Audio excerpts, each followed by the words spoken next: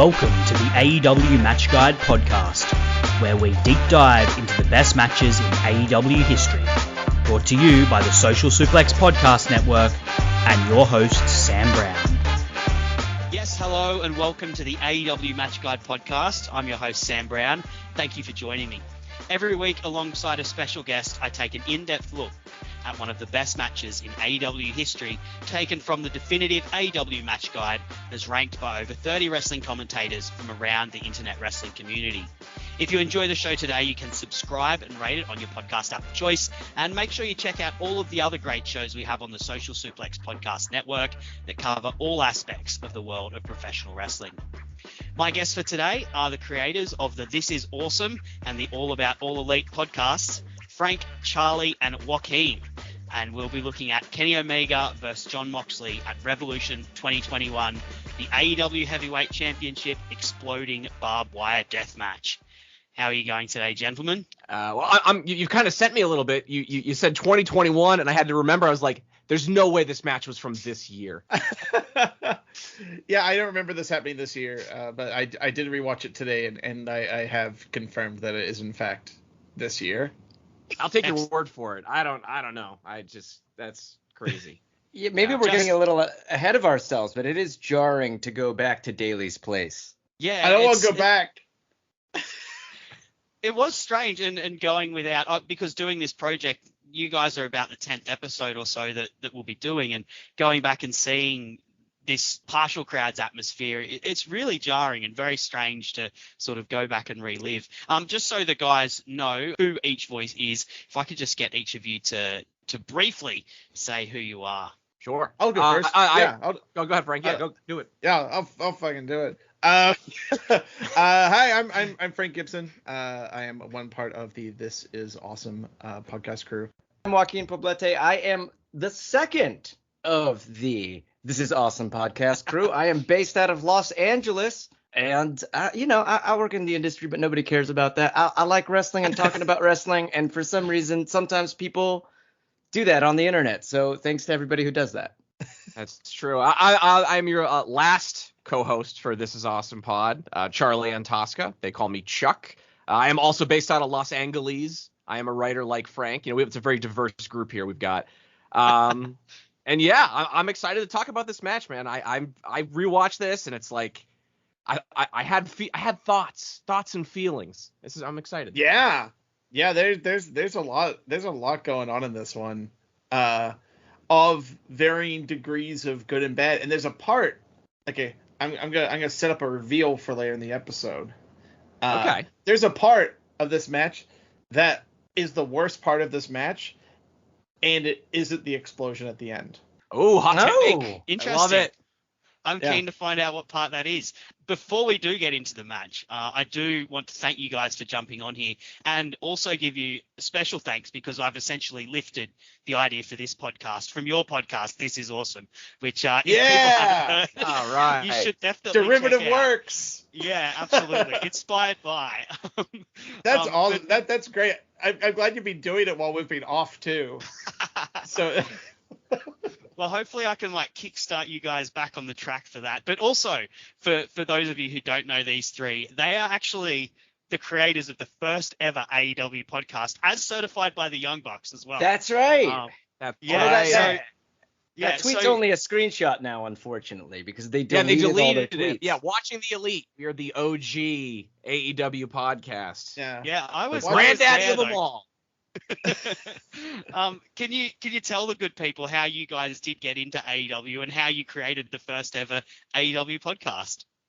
It was Joaquin's fault. You should probably do it. Yeah. That's right. Oh, okay. So we're as we said, we're all based out of Los Angeles, and this podcast, our original podcast, really just came from being a group of friends that was super into pro wrestling, but specifically because we all lived in the same apartment complex and realized that this would be a fun thing to do on, Mondays and Wednesdays and Thursdays and Fridays, Saturdays, Sundays, Tuesdays as well. But we all kind of rekindled our love of wrestling around the same time. I think it was Summer of Punk, the Yes Movement, all that stuff. And during that time, it just so happened to be that just loaded PWG 2013 to 2016 roster, which is basically making up the main event scene of every reputable promotion now. And it was just a thing we did as a crew. We loved going to those shows, and we loved booing and cheering for the Young Bucks very, very specifically. And Fuck the Young Bucks was the chorus of Reseda, California at the time when PWG wasn't in a nice theater. When you could still buy tickets at the door for the for the first few PWG shows that we went to together. Like, Chuck, you've been around for a while longer, so you'd seen the Bucks at like fairgrounds and stuff like that. Like in Pomona. Yeah. Like Anaheim Marketplace, the flea market, like that whole like kind of SoCal crew has been wrestling in and around like much jankier places since like 2003. Yeah. I've got like a vague sense memory of like 120-pound Scorpio Sky jumping off a ladder in the back of a flea market in like 2004. So yeah. Whereas I saw like Frankie Kazarian like wrestle for like the first time at like WWA World Wrestling All Stars, which was like a Australian promotion that turned out to be a front for a cocaine smuggler. Yeah, like they brought down Frankie Kazarian to New Zealand. So, and like Amazing. Sting was there too. He didn't wrestle. He was just like there. Yeah, like so like I think we all collectively felt a connection with like a lot of these guys from just seeing like the early stages of their careers. And then like obviously they started, they were going to do All In. And so as a build up to All In, we thought it would be a really good idea to essentially binge the entirety of Being the Elite. And so that was the impetus of the Watching the Elite podcast. It started off as binging BTE to get people ready for All In. And then we just kind of kept doing it. And it turns out that like we became Joaquin the first left that AEW curse. podcast backwards. Yeah. So. Yeah, I gave the curse to fucking Chuck and I to keep it going once it went live. Well, that was the funniest thing about it too, is like I do very specifically remember saying like this will be a fun thing. We'll get really excited about going All In, because there was this trip we had planned. It was actually my birthday. All In was my birthday a couple years ago. It was like one of the best birthdays I've ever had, and we didn't see it going where it went, which is silly because I don't know. It's like Bill Gates foreseeing the pandemic, Daniel Bryan foresaw AEW. We've all seen that clip. We were too dumb to see that coming. So of course we started this podcast, and I just very specifically remember the Being the Elite where they revealed AEW existing. It was like New Year's. I was at a New Year's party and I literally went into a closet to watch that. And I remember thinking, damn it, now we're going to have to cover so much more content. Every week. Dude, there's like a point where you had us watching Shot of Brandy like every week. Yeah. Well, there are now literally thousands of AEW podcasts, of which this is one, but there can only be one first, and I'm happy to declare you guys the first. So thank you so much. Yeah, thank you. You know what? We'll get the tweet because we were tweeted out by I think it was Matt tweeted it from the official account, which was very funny because me and Chuck were joking around about we were like, did they listen to the show? Because we make certain jokes we don't know that they would agree with, but they tweeted us out. But it's been since deleted in the great purge of their Twitter account. But I have a screenshot, so it's verifiable. Look, I was there. I'll verify it for you. That was something that happened. Getting into the match, because we do pick one match every week and dig into it. And we are picking Jon Moxley versus Kenny Omega. I do have a question. Why did you guys choose this match? This isn't a match that is let's just say this was a controversial match at the time, and I'm curious why you guys chose to pick this one given the list of options that was in front of you. I'll speak for myself. I found it the most interesting because of the sort of controversial ending, right? There are a lot of people in the WrestleGencia that essentially write off this entire match simply because of what happens in the final moments, which isn't even the actual match, by the way. It's like 5 minutes after the match ends. And I think it does a disservice to what is a really inventive and interesting twist on the death match. It's a gimmick that we hadn't seen in North America to date. There's a lot of really inventive stuff in here. It's maybe a little too violent for many people's taste, but there's a time and a place for it, and it works here. And I think it's important to keep talking about it so people don't just write it off because of the fart at the end of the match. Yeah. Also, it's like a pandemic era match, and I understand that you're probably covering like a lot of pandemic era stuff like throughout your show, but this is like they let a smattering of people in for this one. Like there's like a few hundred people, I believe, in the crowd for Revolution, but like all the pandemic stuff, I feel like it isn't going to be remembered. Like everyone's just gonna feel like it was like filler that succeeded in spite of its circumstances. And like I think this is a great match. I don't want people to forget it, except for the one thing that I said earlier, but we'll get to it. Okay, well, we'll get to that eventually at some point, I'm sure. It's interesting to relitigate some of these matches. Like a few weeks ago, with one of my friends, The Implication, I did Blood and Guts, and that of course had a similar sort of thing to this match. So looking forward to getting into it. Now, as we always do here, we give the match its flowers. Big Papa Dave, he rated this 4.5 of the big ones. At Cage Match, they've currently got it rated at 7.62. And in the definitive match guide that was put together just after Double or Nothing 2021, so not so far after this match, it came in 15th on the list of 50. Of course, this is a match that was built from the very start of AEW, and for me at least, it felt like these two within the first 18 months of the promotion were the two biggest names, and this was the biggest rivalry the company had ever had. Moxley, of course, he debuted at Double or Nothing, just attacking everyone after the final match had finished, and the show went off the air with Omega and Moxley brawling, and of course Moxley standing tall on that stack of chips. Now, I've heard stories about like that entire building shaking when Moxley came down. You guys were actually there, so I want to know what that specific moment in time was like. I was fucking crazy. Like I've been to a few WrestleManias. There was like the WrestleMania, I think it was in Dallas, where like it's Roman and Triple H was the main event, I think. Yeah, something like that. Which time? Oh wait, sorry.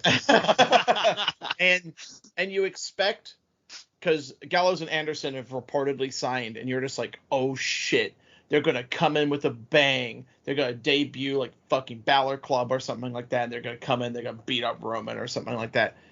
And then like nothing happens because it's WWE. Not to be too partisan, it's just like, you fantasy book this thing, and Double or Nothing, you couldn't fantasy book any better. You want it to happen. You want something that big to happen, and then when it does, there is such a release from that crowd, because it was almost like a can they stick the landing? Because like the air had been taken out of the sails like a little bit, I think, with like the Jericho victory. Yep. And then they made good on it. And man, like I just remember the crowd did not stop. Like I think it comes across so much louder than it did on like on TV. What do you guys remember? I remember it was like being in the inside of a Monster Energy can. Is maybe like it. That's what it felt like. And the thing is, for me, I mean, especially when I'm at a live event, this is something we talk about on our show, is how fun of a time I usually have at live events. But I'm there to mark out. I'm there to forget everything. I read the sheets as much as everybody. I'm on Squared Circle as much as everybody. I try to forget that when I'm there. And I think that collectively everybody had managed to do that. It's like almost like the main event was very good, and we almost forgot there was this one thing left to do. And when that happened, it felt like being, a preteen again is what it felt like for me, at least. Yeah. Yeah. On TV, I just love the way it has a slow build where you can, people in the crowd are noticing, and you're like, there's a commotion while Jericho's cutting this promo, and then he must have got on screen or something, and the whole crowd just absolutely erupts. What a way to debut someone, and what a way to set up these two as well, as two of the preeminent figures in AEW, and a rivalry that is going to become a real centerpiece for the company. Of course, these two after that were scheduled to face each other at All Out, but Jon Moxley had to pull out due to a staph infection and injury. But they picked up the feud again on the very first Dynamite, where Moxley put Omega through a glass table, setting up what was going to be a very violent feud. And they went on to have an unsanctioned match at Full Gear, which Moxley, of course, won. The win setting himself up for his championship shot. Omega went on to be part of the tag team scene with his partnership with Hangman Page, but once that dissolved and Omega won the championship contenders tournament at Full Gear 20. That set up the match with Jon Moxley, which happened at Winter is Coming. Omega won that with the assistance of Don Callis setting up their partnership, and with Omega finally picking up the AEW Championship that he had been deprived of for the first year or so of the company's existence. How did you guys feel about the positioning of these two characters and sort of the way their rivalry was set up to when Winter is Coming happened and that title change happened? I think that it was needed for Kenny Omega. I think people were pushing for something that they weren't going to get. Like, everyone was clamoring, when are we going to get the cleaner? When are we going to get New Japan Kenny Omega? And if there's anything that we know about AEW and the way that they work, is that they want to do something new and different. They're not going to go backwards. And so I loved the heel turn for Kenny Omega, stealing the title with the help of Don Callis, and it was just a great refresh. I thought you won fair and square. That's what Don said on commentary during the match. You won fair and square. And then obviously it keeps Moxley super strong. It gets him back to where he's at his best, which is chasing for the title again. And it was also it acts as kind of a nice cool down for what was an awesome run for Moxley through the sort of lean pandemic months, which I think he did a great job as champion. Yeah, I think the alignment switch was pretty cool, where it's like, Kenny Omega was going to be your top babyface in AEW, and he gets his ass beat by Chris Jericho, and then he gets thrown off a stack of poker chips by a debuting quote-unquote babyface Jon Moxley. Nice. And he doesn't make that main event. He gets stuck in the tag team with like Hangman Adam Page, where he wants to be going for the top title. It's kind of like an albatross to him. And then eventually, he gets asked to be the cleaner enough that he has dancing girls come out with brooms. And he joins Don Callis. And I think the build to this match is fantastic. Like, the fact that they did that title change on TV as well during Winter is Coming, I think was great. And yeah, I mean, this is like the exact type of match that a Jon Moxley would theoretically want. But as we see the match unfold, maybe that isn't what he wants. Well, it also works so well into sort of the insecurities of the Omega character, the heel Omega character, that actually would kind of like mirror or be the inverse of how Hangman dealt with his failures. Kenny essentially is like, maybe I'm not good enough, and instead of running away, just blatantly starts to cheat. And it makes logical sense that, this would lead to a match like this exploding barbed wire match. Like, it is this big extravagant gimmick. But ultimately what it also is it's a way for Kenny to have an infinite number of good brothers run down to the ring and help him win. So it's like it all like makes sense, like, logically within these characters. Yeah, and particularly as an escalation of what they'd previously done. Of course, they had that very violent match at Full Gear, and then followed it up with Winter is Coming, which, while it was a standard match, was certainly one where they laid things in very heavily. I believe it had, it's been a while since I've watched it, but I know that it had stuff happening on the outside. I think there was chairs involved. And the positioning of it was that these two were the most titanic figures in the company at the time, and they had a rivalry that just could not be resolved any other way. And that was shown through January, February, after that Winter is Coming match, where Moxley would chase Omega, often turning up completely outnumbered, but still launching himself into the entire Super Elite. I know there was sort of teasers of if the Young Bucks are going to go along with Omega down this path, and they ended up going after Moxley just as hard as Omega and the Good Brothers. And eventually it was actually Omega that announced that at Revolution the pair would have an exploding barbed wire death match, because Omega wanted to get rid of Moxley once and for all. You already had the stakes of this being the two biggest names in the company, but doing something that was almost completely taboo and something that had never happened before. It almost felt like a violation of what wrestling should be in America. How did you guys feel when this match was announced? To be perfectly honest with you, my first reaction was, we're going to get a very sanitized version of this gimmick. Like, that's just my knee jerk, just because how could you possibly do what they were, but then I thought about it. I was like, well, no, that's the AEW is like, they're actually going to deliver on their promises. At least that's like, what you've come to expect from the company. So I was thrilled. I was a little nervous, but I was just kind of gobsmacked. Like, I can't believe this is actually happening in a mainstream wrestling company, that's on pay-per-view in America. It was it was shocking but exciting. I think you nailed it with Sam when you're saying it was kind of like taboo, in the best way possible. Yeah. I felt the same way about it. However, I was we didn't have the hindsight of it. It's just like, oh yeah, and AEW is gonna bring in Nick Gage and he's gonna light tube Chris Jericho on TNT. Right. Like this was part of like AEW's violence escalation. I was a little worried because I'm just like, wow, AEW is doing a lot of blood and a lot of dangerous gimmicks, and I was like starting to get a little worried about how far they were going to push things. Because, I understand that Jon Moxley and Kenny Omega, it's one of the reasons why I was excited about this match, is it's just like, if you see an exploding barbed wire death match outside of, ones that involve like a Terry Funk or a Mick Foley, and it's arguable whether the Mick Foley one's even a good match. It has a very similar finish to this one. Yeah. But it's like, you don't get to see wrestlers of this caliber in America having these kinds of matches. If you see a wrestler having a match like this, you're probably going to see it in CZW or something like that. It's probably not going to be a particularly good match, but it'll be like spectacle. In Japan, it's a little different. Though, if you watch like the FMWE promotion that Onita has, the matches are fucking terrible. Like, they're all awful. Like, Onita's like 62 and he's just wrestling some big fat guy, and then they just like roll around for a while and everyone just blades and then it explodes. So I was like excited to see it. I was like, what does a Kenny Omega do on a match like this? And the answer is just have a great match within the confines of three sides of barbed wire.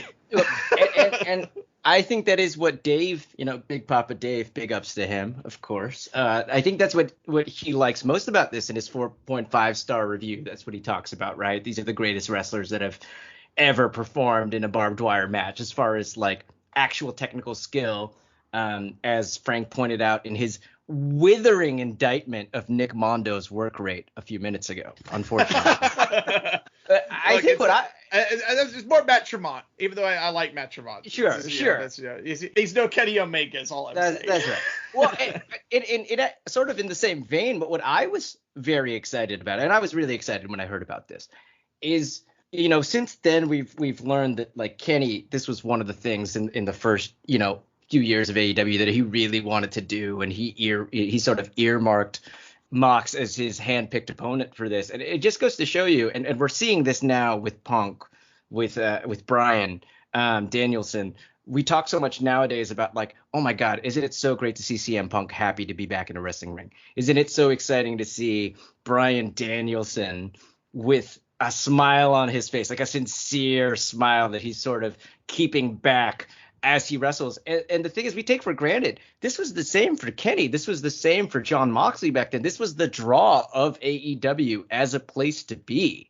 The fact that these artists were going to be able to be handed the paintbrushes the palette that they'd been wanting to paint with for a while. And even if it was going to be this sort of weird, out there, taboo, violent thing, to back Frank's point, I think that the first maybe year or so of AEW was sort of AEW teaching non-hardcore smart fans how to watch AEW moving forward. And I think this match, for all the flack that it gets, is a part of that legacy and is a foundational building block towards us enjoying AEW now and saying that Double or Nothing 2021 is like one of the best pay-per-views of all time. That, this past pay-per-view Full Gear is such an amazing pay-per-view. It's off the backs of matches like this. Absolutely. And I think, as you said, Omega and Moxley, you've got two guys who are willing to put their bodies absolutely on the line in ways that, or every wrestler is willing to put their body on the line for their art, but there are some that do it even more so and are willing to like literally put their lives on the line. And that's how it felt like going into this match. I feel like when getting into the match and when this thing started, I remember sitting in my room wondering if I was about to see someone like permanently injured, permanently scarred, or, what is the absolute worst that could possibly happen in a wrestling ring. And I think that's part of the anticipation that comes with this sort of match. It's just the inherent danger of it. And in Moxley and Omega, it's even scary because that these are two guys who will lay absolutely everything on the line. And that was emphasized in the sort of the video package that they kicked this off with. It had the history of their rivalry, also sort of contrasted with the history of this type of match, particularly in Japan, showing the sorts of explosions, showing the sort of damage that can be done. And in another great wink to it, Moxley came out with a jacket that was reminiscent of the one that Onita wears, sort of the king of this match style, and almost looking a little bit more nervous than normal. Normally he absolutely rips and tears on his way to the ring, but he was a little bit more subdued than normal. And of course, taking a bit of a sip of whiskey from a flask before he got into it. You've got Bryce Rensburg wearing a fireproof suit and a face shield in the ring. There's exploding barbed wire boards surrounding the ring. There's barbed wire on 3 sides. Apparently the fire marshal made them have a way out. That was at least the kayfabe reason that was given. I love that concept. Yeah, I love that concept because they could justify it however they want. Yeah. That one set of ropes makes this match better than basically every barbed wire match I've seen before. Yeah. Just them being able to use the ropes at all, even if it's just one side, just elevates the match so much. So they could say it's a fire marshal or Doc Samson, or just them being like, man, you know what? It's kind of stupid to put barbed wire all around the ring when there's guys in it. Like, whatever the reason, it worked out great. Yeah. And I think it didn't make it feel any less unsafe. Don Callis perfectly summed things up. He gets on the call, gets on the microphone. The first thing he says is, "Gentlemen, it's a great day to die." And there's just this he is sense of magnificently shitty. I love him. Yeah. Oh my God. Don Callis is great. Frank, you already said some stuff around it, but Joaquin and Chuck, what did you guys think of the setup they had going on here? I mean, we talk about it on our show all the time how important atmosphere is, and it's all like the non-wrestling, it's all the intangibles, right? And rewatching this, I was just reminded of how much the atmosphere really adds to the tension here, and the way that AEW figured out how to shoot their shows in the pandemic, you never really notice that there isn't a crowd. There aren't these the way they shoot it, it kind of obscures the fact that they're kind of wrestling for no one, which really helps us feel like it has the high stakes that it needs. But for me, the standout part of the atmosphere, the thing that I notice immediately that I can't not look at, he's the only person who could have refereed this match. Bryce Remsburg is a champion. And it's not just the outfit, it's the way that he reacts. He really is AEW's Red Shoes. He goes big. Those explosions don't get sold the way that they need to unless Remsburg also falls over the way that he does. And I just want to just give an extra shout out to him adding to the tension in the match. Brilliant, especially at the beginning. That shot of him holding up the belt in the full hazmat suit, I think is perhaps the most iconic image of the match. Yeah, I think that's great. Also, Bryce, even between the big spots, walks around the ring like he stubbed his toe the entire time. He's always just like, oh, fuck, oh, please, yes. Every single, even if there's nothing happening, he's always like, oh, like he's selling what happened before and what will happen later, even if there's nothing happening in the ring. It's great. I love Bryce. Bryce is one of the best referees at playing sort of that Greek chorus, and not every referee does that. And as an added plus, he got to use that for his Jesse Pinkman costume the same Halloween. So big ups for him for that. Hey, all right. Man. There you go. With the actual match, once they did get going, immediately you get an idea of the tension, and you can feel the added escalation in that tension that you get from having barbed wire and explosives all around the ring. With the first lockup is just so full of drama and intensity as these two are trying to scratch and push each other and avoid themselves. There's some really great teasers in this bit, isn't there? Oh yeah, it's paced like a thriller at the start. Yeah, it's not like a, you could say a CZW deathmatch main events kind of Saw, it's like a horror porn kind of thing where it's just what's the awful thing we can do, and then you just do that 10 times and then the match is over. It's gratuitous for the sake of itself. Yeah. But this, it's just the build up, and that's what makes that it perfectly sets the stage for the rest of the match. You'd think that neither of these people want to go into the exploding barbed wire. And the fact that you have to set up that conceit in wrestling is ridiculous, but you do. Because the way some other people do it, they just throw themselves into that shit. Not these boys. They don't want to be in there. Right. Yeah, they really maximize the drama. You're right. It is in the withholding that you raise the stakes, and they do a very good job of really teasing it out. And then once you get to the actual violence, they then do the proper escalation. I think one of my favorite like swings in the match. We have that first explosion. You know, it's Mox that goes into the barbed wire and it pops the first time. Great. The second explosion, it's not just the one, it's bang bang. You know what I mean? Like now we've stepped it up again. Like these guys are just masters in the way that they control how this whole thing kind of crescendos to the end. Yeah, even just in the very first bit, first they do a lockup and they're struggling. Yeah. Then they do some Irish whips and they sort of steady themselves and pull out. Then the next one, Kenny steadies himself against the barbed wire board in the corner. He puts his foot on it to steady himself. Then they sort of go to the outside and they're fighting on the outside with the trash bin with barbed wire bats and getting to work that way. And as you said, Omega is the first one to throw Moxley into the barbed wire. Mox gets some powder in the face and then gets thrown into the barbed wire. Joaquin, what did you think of the first explosion when it went off? I love that it was Kenny that threw Mox in, because every time they use those explosives in this match, it's for a different storytelling beat.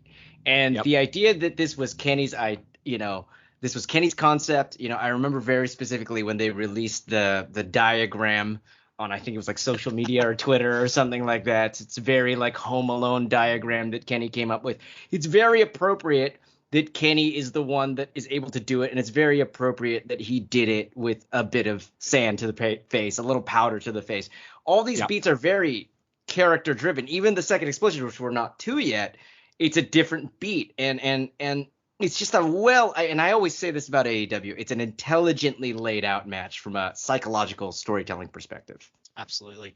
Chuck and Frank, what did you guys think of just in general of the pyro that they used as it went off? I think it's visually effective, right? Like if you turn the sound off in this match and just kind of watch it with some distance and don't let yourself get invested in it, you can tell how much heavy lifting the guys are doing, by like throwing their bodies off the barbed wire. Like they're insinuating, right, that like there's an explosion or maybe some kind of electricity or something that is adding to the sort of the concussive elements of the ropes going off. But really, it's just like it's kind of a spark, some powder, and the guys go flying, right? So it's effective in accomplishing what it's trying to do. The sound, I think the sound was really important. I legitimately forgot that the explosions off the ropes were good. Like like in my head, I'm just like, oh, all the explosions are a bit lackluster in this match, and that's not the case. Like they go off, they make a big noise, crowds chanting, "Holy shit, this is awesome!" Like it's working. And as Chuck said, the guys in the ring are selling it, and that's what makes it work. Because if they just popped off like nothing happened, then people will be like, "Those explosions sucked." But I really did forget that the explosions were good. An interesting thing for me is comparing something like this to what your expectation in, say, a movie is, where, I mean, you guys know better than me. You live in LA. You're actually in sort of the industry that employs these sorts of things. Is instead of having real explosives, they'll load things up with petrol and gasoline, which you wouldn't use if you're actually trying to blow something up, but look spectacular on screen. Whereas these guys can't exactly do that because they have to, be standing next to it when it goes off. But it's still, it has a feeling of force. And of course, that's sold by the fact that as soon as Moxley goes into it and he's the first one to take it, Omega can immediately take advantage. He hits a Kotaro Crusher onto the trash can that's in the ring, and Mox comes up with some blood on his face. I'm not sure if it was a blade job or not. If it was a blade job, he did it very, very quickly. And Omega sort of keeps trying to press that advantage, gets him into a figure four, and then Moxley, in like something that just feels so gruesome, gets a barbed wire wrap chair and just grates it against Omega's leg. Omega relies so much on his explosiveness and athleticism that comes off, his explosive base, which Mox is working against by sort of grating against him there. It's a pretty brutal little spot. Yeah, I love that spot. It's nasty. I love that spot partially because I think it's very indicative of who Jon Moxley is in AEW. We were talking about that moment where he debuted initially at Double or Nothing, and It's funny, and I kind of, I don't want to. I want to turn this around to you because you're asking us questions. I want to ask you a question because you are a huge Moxley fan. He's one of your faves, and the thing is, I love that AEW Jon Moxley is different than Indies Jon Moxley is different than Dean Ambrose. Like this Jon Moxley is John McClane, and you can see that in this match a lot, and you can see it in the way that in that moment, that's all he has available to him. It's like a violent version of catch as catch can. He's very resourceful, and the Jon Moxley of AEW is, if anything, a resourceful survivor. How do you feel like the Jon Moxley character differs in AEW versus Dean Ambrose versus indie Jon Moxley? Like, is there something in that evolution that like draws you further to him as a fan, Sam? I've definitely appreciated him more. I was a huge Dean Ambrose fan back in WWE. Him and Seth Rollins and their feud is very much the thing that drew me back into wrestling as like a hardcore fan. I came back around WrestleMania 30 for the Yes Movement, but it was their rivalry that really ignited my passion and made me want to dig in deeply. So I've got a lot of affection for the Dean Ambrose character, and he certainly had a lot of ups and downs in the WWE in terms of his presentation. And it was inconsistent, but part of that is just because WWE creative is inconsistent. But when I look back at, say, the Dean Ambrose in late 2015, early 2016, the guy who nearly won the Royal Rumble, who wrestled Triple H to a standstill and nearly won the championship, who faced down Brock Lesnar and was one of the first guys to really put fear into Brock Lesnar at that point, and then, of course, won the championship off and beat the other Shield members. I sort of see Jon Moxley in AEW as an extension of that character. He's definitely taken it further. He's definitely more intense. Of course, the violence that he can perpetrate is much higher and much larger. But in terms of who he is at his core, I feel like that core is still there in terms of like the character's values, in terms of what he values in other people, what he values in wrestling, and how he's like a blue collar worker almost. And he's got like a lot of pride in how he goes about his craft. And, like this is the guy who had, as kooky of a match as it was, had the Ambrose Asylum. And Chris Jericho, thumbtacks, talk about using whatever comes to mind and whatever you can get your hands on. That whole match was about that. Obviously not anywhere near as well done as this match or anything that he has done in AEW, but it's that sort of spirit, I think, that's continued on. And I think there's a lot of Dean Ambrose in Jon Moxley, not to say it hasn't extended. And I do sometimes get a little bit shitty at some of the takes about his WWE run because of the success of his AEW run. Because I've still got a lot of love for that. And, as we said, like this is him at his core, just grabbing what he can to try and grift his way back into this match. I love it. Just by the way, I love and miss Mitch the Plant, so I'm there with you. Yeah. But even that, like the Mitch thing, we laugh about it. But the reason that he destroyed Chris Jericho's jacket is because to him, he just wanted to find what was most valuable to Chris Jericho, because to him, what was most valuable was Mitch the Plant. He didn't care that it was like $3 versus $15,000, because this is not a guy that cares about material items in that way. It's what it mattered to him. And so he destroyed what mattered most to Chris Jericho, because Chris Jericho destroyed what mattered most to him. That is a wild WWE Moxley. WWE Moxley is like he made it work. Like when they first like pulled up the 100%. Like they he made it work, and that's like, I think that's the only, again, I'm very partisan in this, the only way that you can succeed in WWE is if you can make whatever weird shit gets handed to you work. Yeah, and some people have a unique ability to be able to do that. Like they hand you anything and you're just like, oh, I can deliver this somehow.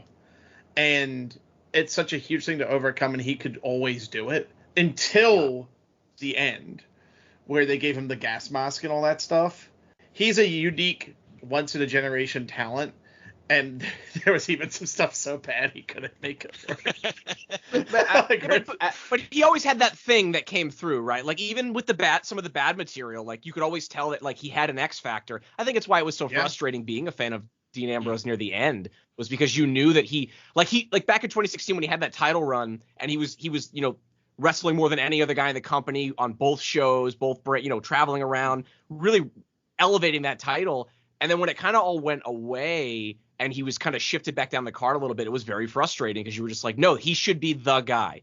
I know you want it to be the other guy, but it should be this guy. And just now we've gone on this kind of like. Well, and I think I can derailing your show the way that we derail our shows. Yeah, but hey, look, I'm always happy to spend 5 minutes talking about Jon Moxley. That's right. Well, and I want to give you kudos and get us back on track at the same time because I think that I really respect that. I think you've pointed out something very key. And this dovetails with what Frank was saying about what it takes to succeed in the WWE despite bad booking is you have to have sort of an internal logic as a wrestler, as a creative person, as an artist that you carry with you. And you've identified as the thread for all of the Jon Moxley, Dean Ambrose, that character is this sort of internal Bushido that he has. He's got sort of this honor code, like a Wolverine, right? And that's what makes him likable. And that also, I think, dovetails perfectly with why this match ends the way it does. So, look, we're back on track. Thank you, Joaquin. Well done. I mean, in This Is Awesome, you're the master of this part of the thing, so I'm glad you're able to help me in my Padawan ways. Anyway, the next big explosion in this match, I wanted to just get your take on it, was Kenny Omega going head first into the explosives. Like we talked earlier about these guys like just putting it all on the line. When you saw this guy going head first, what did you think? So this is the one where Kenny gets shot into the ropes and then gets hit with the basement drop kick, right? Yep. And then goes back into it again. Yep. Okay, so number one, I was very surprised. Number two, when he hit the ropes again, they still exploded. I was like, that's great. I didn't know you could do that. You thought it was just one and done. Said it and that's it. Yeah, exactly. Yeah. That was my takeaway. Well, it's also that is a storytelling moment in the match. Like we talk about how they take the time in each part of the match to sort of like lay the groundwork and establish the rules. Like, early on we get like the headlock stuff and it's like, okay, like these guys need to rethink how they're going to wrestle because they can't use the ropes. Now we've established just because you hit a rope once does not mean it's diffused. The tension does not go away. And I think that's important to show that like these things can go off multiple times. So like it's always there. And once they've gone off once and then twice, things just really ramp up in this match. They have like this really high angle suplex into the barbed wire boards that looked like it dropped Omega on his neck pretty much. Mox is like wrapping barbed wire around his arm so he can deliver extra punishment when he, hits clotheslines and grinding it in his face. And then Kenny, of course, in an act of desperation, pushes Moxley into the barbed wire fence. He goes face first so he can push Moxley into that. And that's like an act of self-sacrifice because he knows that to win this match, he's going to have to put himself through his own level of pain that, hopefully he can overcome. And eventually they do make it outside to the landmines, which is the next ratcheting up of tension in the match. And of course, the commentators, they play up the real danger of this. They're really teasing it on the aprons. And then Mox goes for a kill shot, hitting a paradigm shift into the barbed wire board, putting Kenny Omega face first into it, but also impaling himself on it. And then, of course, there's the explosion. Frank, I heard a bit of a groan. Is this what you were alluding to before? No. This is not what I would consider the worst moment of the match. However, this is the part where the pyrotechnics crew clearly started to unravel. Because this is the one where the sparklers go off on one side. Yeah. However, still a good noise, and also Kenny Omega just like brain busters himself on that paradigm shift. Like it's like he's getting a brain buster off the apron. Like Kenny looks like he gets killed by this, and that makes it work, despite the fact that the pyrotechnics were a little lackluster on this one. Well, I think that's the way that he takes that move, Frank, and I think that sell is supposed to be a callback to the double or nothing through the glass table spot, correct? Yep. Like he kind of takes it in a very similar way. Oh, Was it Double or Nothing? That was the first Dynamite, right? Yeah, first Dynamite. Yep. Oh, first Dynamite. Sorry. Yeah. It's more of a sell for like a Death Rider than it is for a Paradigm Shift, right? The way he elevates coming off the apron. Yeah. I think it's visually very effective. And it also shows, like, again, like we've been saying before, like Moxley is willing to hurt himself to inflict pain on Kenny Omega. Like he's just like, well, what can I do? What afflicts the maximum amount of damage? It's Paradigm Shift, but it turns out I'm going to land in a bunch of barbed wire. Fuck it, do it anyway. It's a nice moment.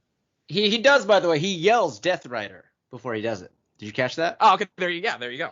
So awesome. he signals it, and I think that's something that I'm hearing from everybody as we talk about this is the reason, maybe at times the explosions are a little chintzy, and kind of looking back, maybe I was a little more impressed at the time, and maybe memory does a certain thing to it. I think that certainly the FMW explosions are a little more impressive back in the day, and maybe that's partially because they were darker, smoke-filled rooms, and there's something also, about that. It's very overlit. VHS copies, Joaquin. Well, there's that too. The LP. There's also the fact LP that they're actually LP. dangerous. Like, Sure. Tony Khan pointed this out in the post show before he kind of like owned up to the fact that like the final ring spoiler alert, the final ring explosion doesn't go off. He was just like, what do you want me to do? You want me to fucking blow these guys up, basically? And it's like, we're not gonna do that. And like, I can buy that for this bit because I'm like, how do you safely detonate explosions under those boards? You have to just have them off on the side. You can't put it all the way around it. Hey, now, hang on, Frank. Are you saying that Florida in 2021 is more dysregulated than Japan in 1989? Because I don't know if that's true. Florida, I think it's government where wrestling was an regulations that's keeping essential me worker. safe. Yeah, wrestling was made an essential business in Florida so they could continue to run shows during the worst pandemic in history. Frank, But it was essential for me. It was the wrestling. You know That's what? I'm glad those guys had the shows because it helped get me through it. But like, this shit is dangerous. I don't think any of you guys watched the most recent 62-year-old Onita fighting fresh out of retirement Matt Tremont from H2O Missed Wrestling. that one. You guys didn't watch it? Missed that one. Yeah. Yeah. Okay, so Matt Tremont was in the piranhas or something, Frank. Like, what's the weird thing in that match? No. Like, so the exploding ring is really impressive. They use a lot of fire in the match too. Very like the fireworks and stuff, the exploding ring, all that. That's all fine. The way they use fire is just Onita and Matt Tremont just being irresponsible with it. Matt Tremont was in hospital for 10 days afterwards in a burn ward. oh God. Yeah, like, and that's what happens if you do it for real. Like, like Jon Moxley had to like show up on Dynamite 4 days later. Like, this explosion wasn't that impressive, but what are you gonna do? You got to blow them up for real? No. No. But I digress. And if nothing else, they are landing in like just a tanglement of barbed wire, and Moxley is like right in their tangle with it. There's a great shot of them as they're on the apron, and they've got a great replay shot of them going off. And JR has a great line. They both went to hell, but I'm not sure who made it back yet. Yeah. JR's great during this one.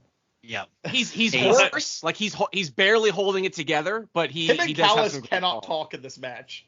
Like, both him and Callis are losing their voices, just screaming. Moving into like the ending stretch of this match, you've got Moxley, who after that paradigm shift, he moves into kill mode, and he's just trying to do away with Omega with one big shot, just putting in big move after big move.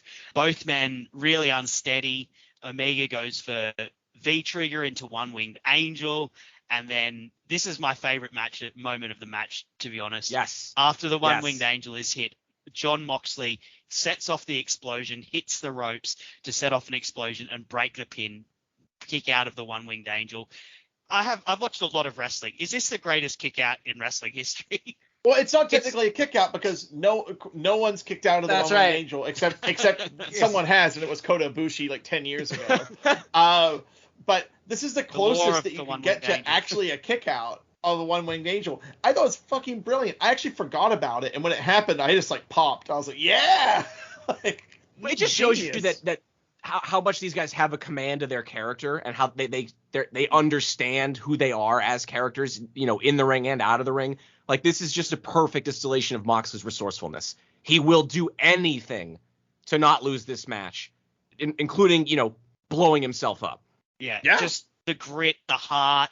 That's what you want in your lead face. Like, that is, as you said, it's a perfect distillation of his character, what happens here. And I was just like jumping out of my chair at this point the first time I watched it.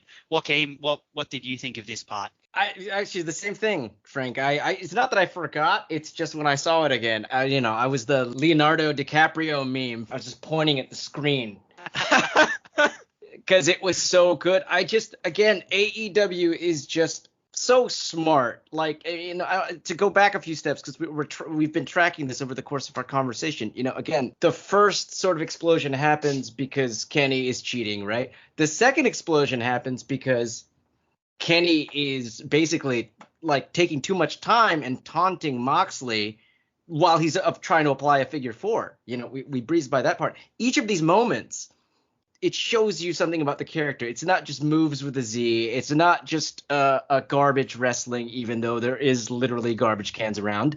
It's storytelling. Absolutely. Yeah. And after that, just in like an incredible image, you've got Mox pushing himself to his feet with the barbed wire bat. And at that point, it's clear Omega can't put this man down himself, short of killing him for good. And that's when the Good Brothers run out. Moxley, of course, tries to take them on because it's Jon Moxley. Of course, he's going to try and fight them.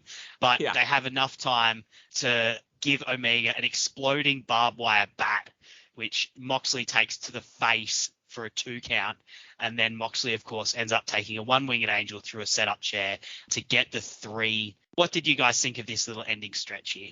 What a spot! This is the worst part. So, whoa, Frank, what? First off, this is the worst part of the match. The finish is the worst part of the match. Worse than the ring explosion. Yep, the finish is the worst part of the match because, okay, so the Good Brothers run in. Exploding bat's awesome because usually they have a power cable on them. In Japan, they always have like a little sparkler cable. This guy's an aficionado of so look. I'm a writer. I spend a lot of time unemployed. So I'm just like, okay, cool. That's that's a really cool bit. And then I expected, Mox to like actually fight the Good Brothers off, or for it to just be more than like 2 guys run down, turn it into a 3-on-1 match, and then the match just fucking ends. Like, it's a really lackluster finish especially for a pay-per-view main event. That's a TV finish. That's a WWE. That's a Monday Night Raw finish. Yeah. Except for the exploding bat. Go. You guys go. We're raising our hands here. Chuck, first. You want to go? No, go ahead, Joaquin. Please. You want a taste? Yeah. Listen, this is the story of the match. This is going to dovetail into our conversation about the end. Jon Moxley is a lone wolf, and so far being a lone wolf has been all right for him, and this shows why he loses this match. He loses the match because he doesn't have that backup. Everybody else in AEW has 3 to 4 to 5 to 8 friends. Oh, I would argue, Joaquin, the main thesis point, the entire existence for AEW and all of their stories is gotta have friends, man. Gotta have friends. All stories. All of them. Darby. He's got a friend. He's got it's a weird old guy named Steve. Yeah. But Darby was Mox's friend.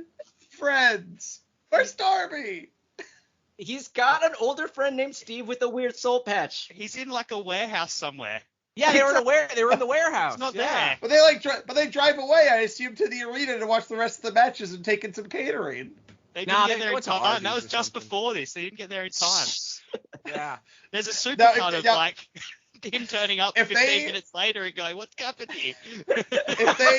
if they cut from the Good Brothers coming down to the ring to Darby Allin stuck in traffic, then I would give this match 20 stars. It's amazing. But yeah, like I cut you off, Mox is meant to have friends. You're right. Mox is meant to have friends.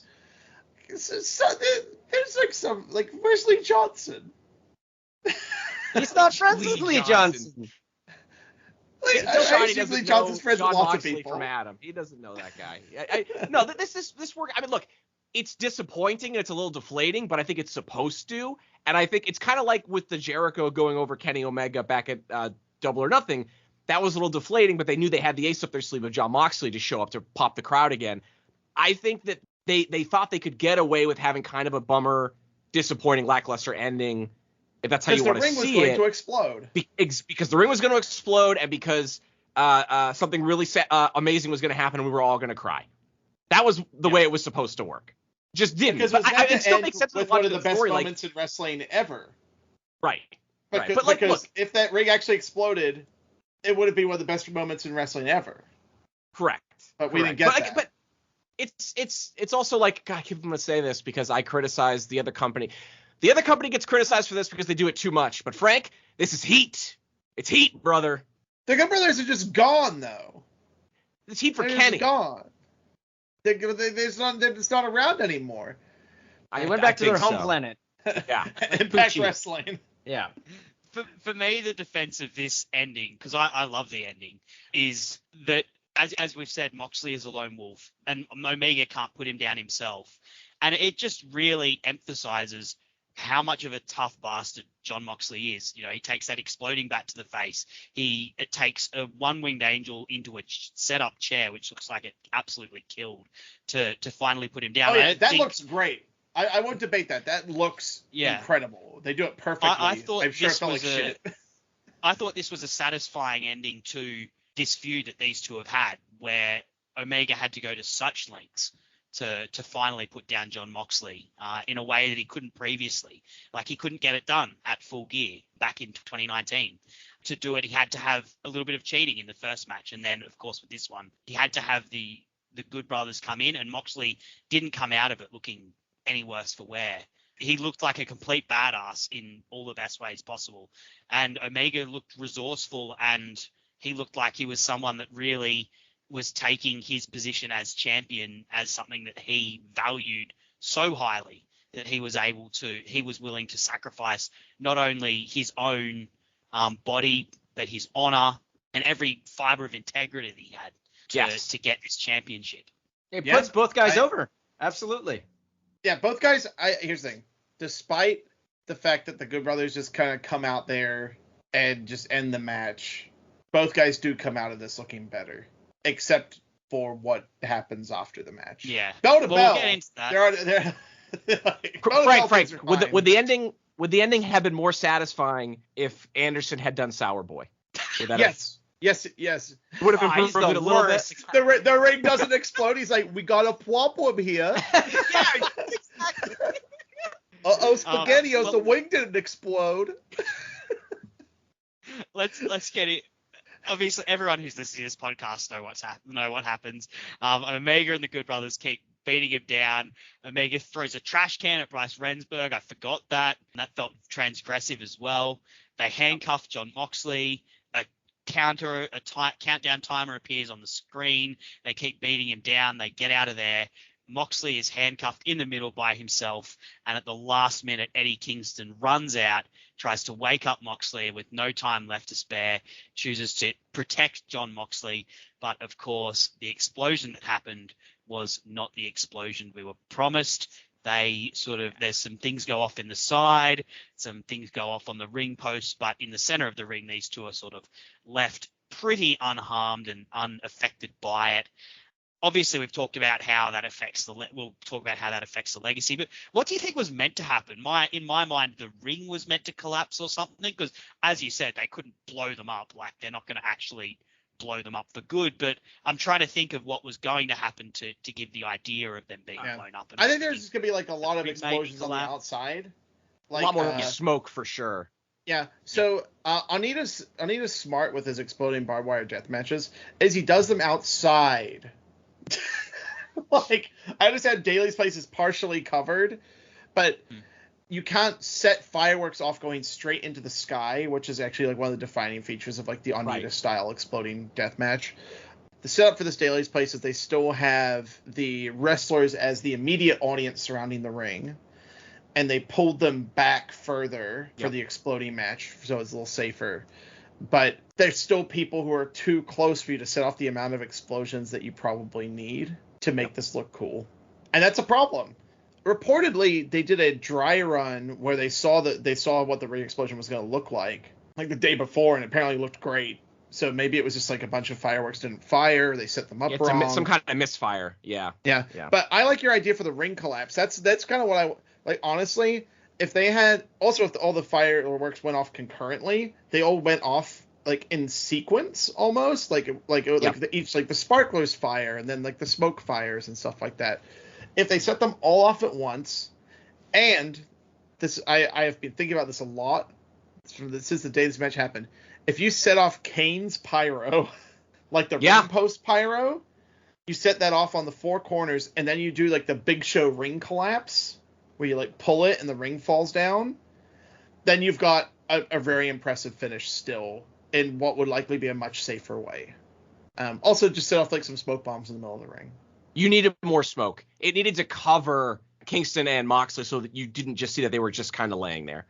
They just needed more visual cover for them. Yeah, you could even play an explosion through the speakers, like a noise. Right. Like, there's so many things they could have done that they didn't do. But AEW, they're gonna do it again. Like, they didn't get what they wanted out of this the first time. So I feel like the second that they run like a show at like the Jag Stadium or something like that, they're gonna blow that fucking ring up. I think you're absolutely right. I got a question for you guys, because I got to be perfectly honest. I watched this whole match again, but I got to go over what happened with the explosion from memory, because I just can't watch it. It's so embarrassing. I feel like mostly it's Eddie. Eddie commits so hard to this, and it's like not even arguably, it's the biggest moment of his career. Coming out of the main event at the last moment of his pay-per-view, and it doesn't work. But he gets but later he gets more big moments in his career. To date, this was the thing that was going to set him on the path, and it still did. Right.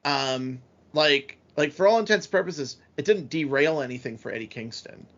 But yeah, it should have been a career-defining moment. I can't do it I can't watch it. I'm like, I don't think I'll ever watch it again. I have and did for this. It's a bummer. It's such a bummer.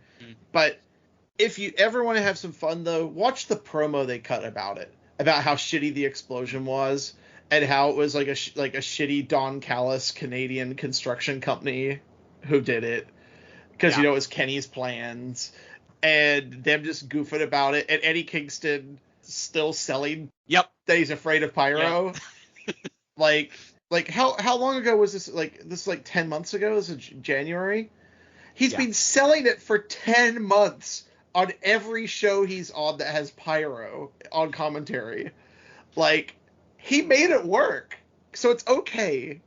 It's okay to cry. Fine. All right. We can cry at wrestling. We've talked around it a little bit.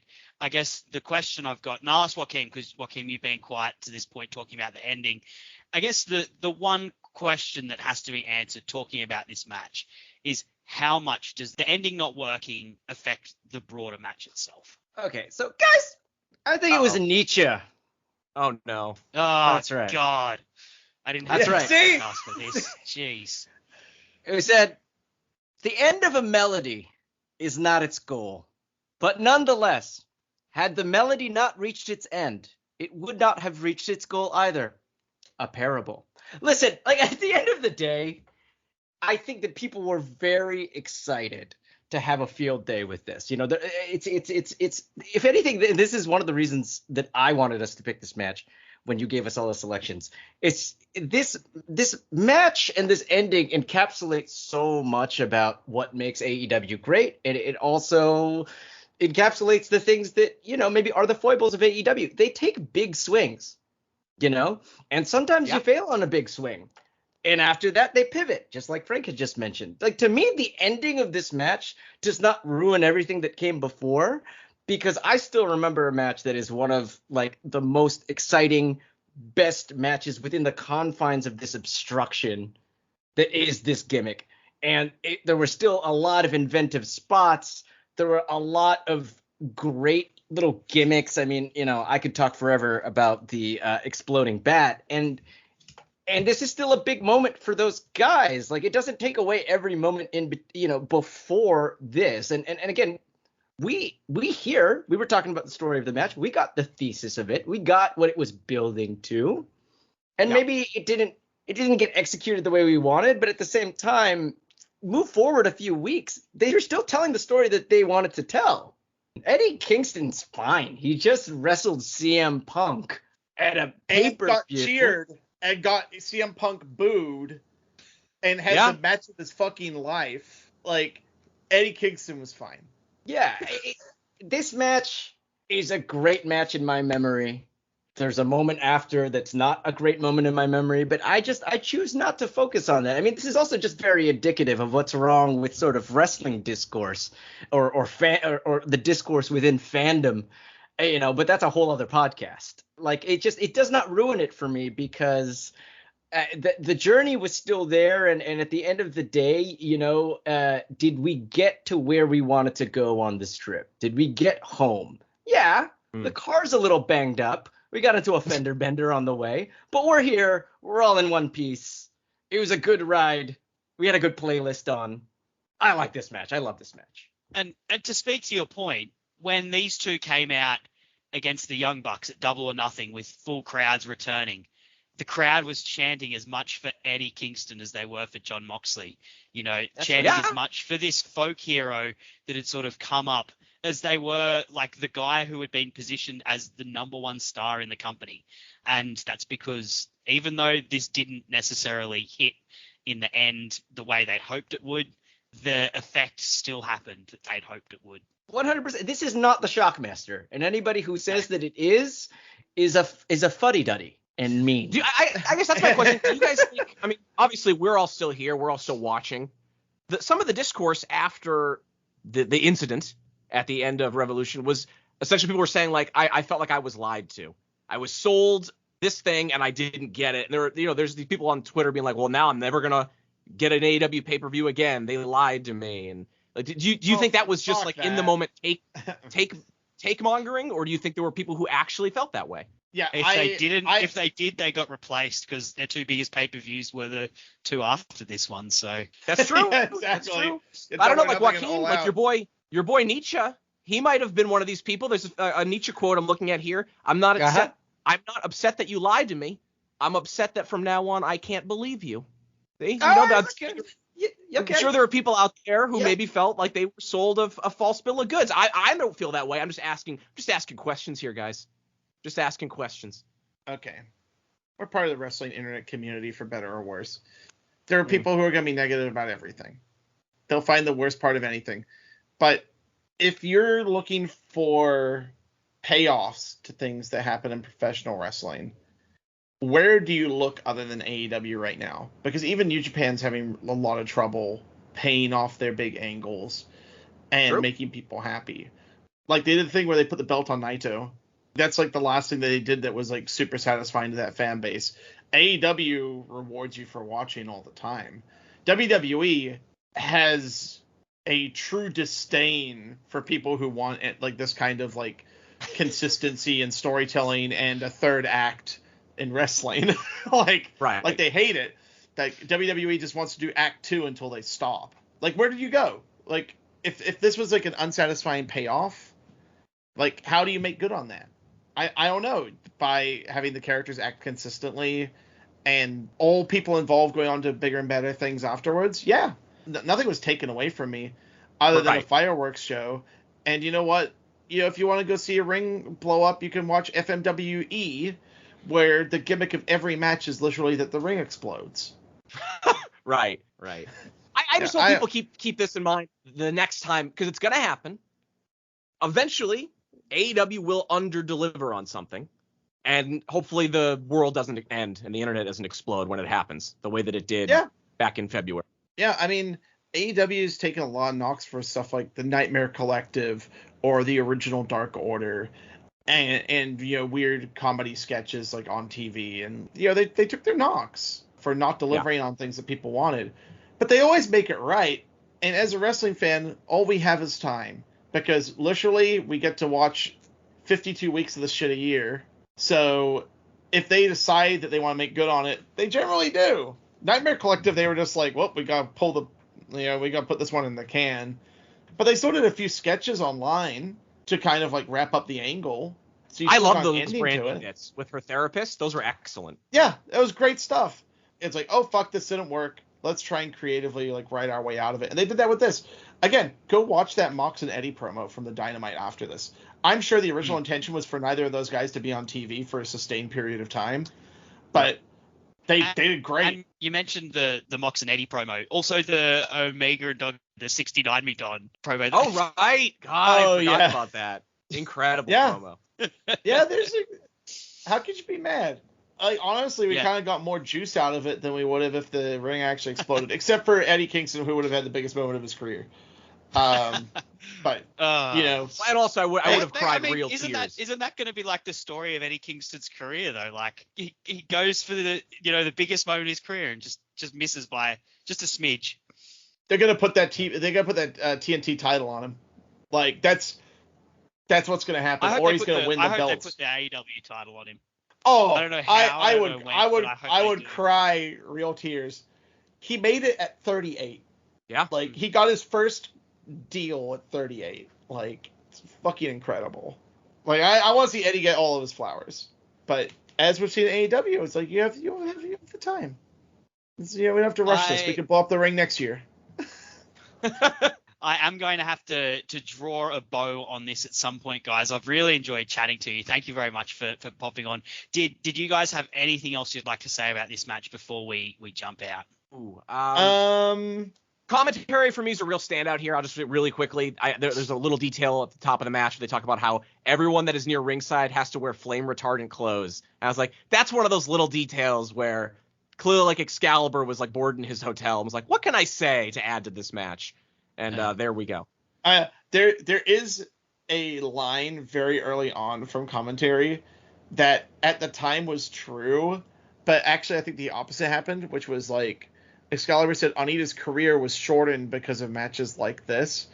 I think this actual match extended Onita's career because he saw a bad explosion, then saw that he could like roll around the world doing explosion matches again at the age of 62.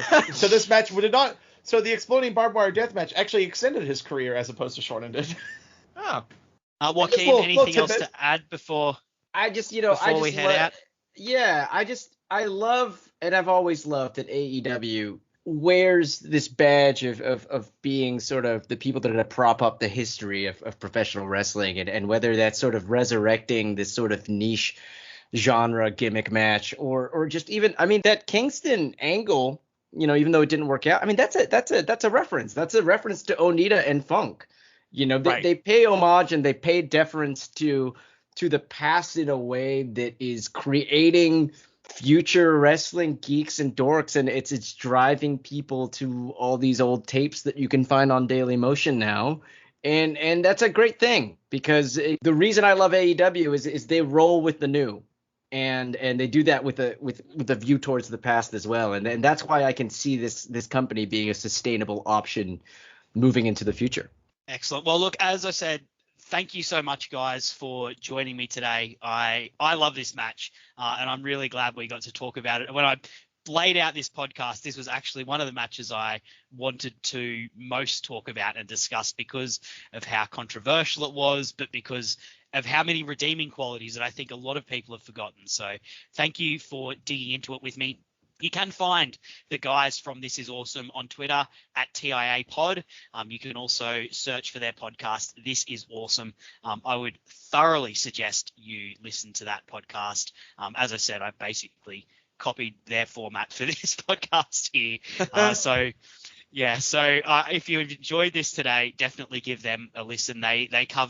They deep dive into matches from all around the wrestling world, and you guys have got some death matches in there. If if rewatching Moxley and Omega's made you want to look at some death matches, I'm sure you'll be able to find some in their podcast archive as well. And if you have enjoyed today, holiday season, watch the Christmas death match from Big Japan. There you go. It has a cake. A cake of. It does have a cake. Yeah, it does have a cake. That's the Merry Christmas for Death Match, I believe, Frank. Is that right? Merry Christmas for Death Match. That's the one. Love it. If you have enjoyed the show today, I would really appreciate it if you could rate and review it on your podcast app of choice, on iTunes or on wherever you get your podcasts. And why not tell a friend? Why not tell someone else that loves wrestling to come and listen to the AEW Match Guide podcast? But thank you so much for being on here today, Frank, Joaquin, and Chuck. I really appreciate having you. And thank you for listening to us. See you next time.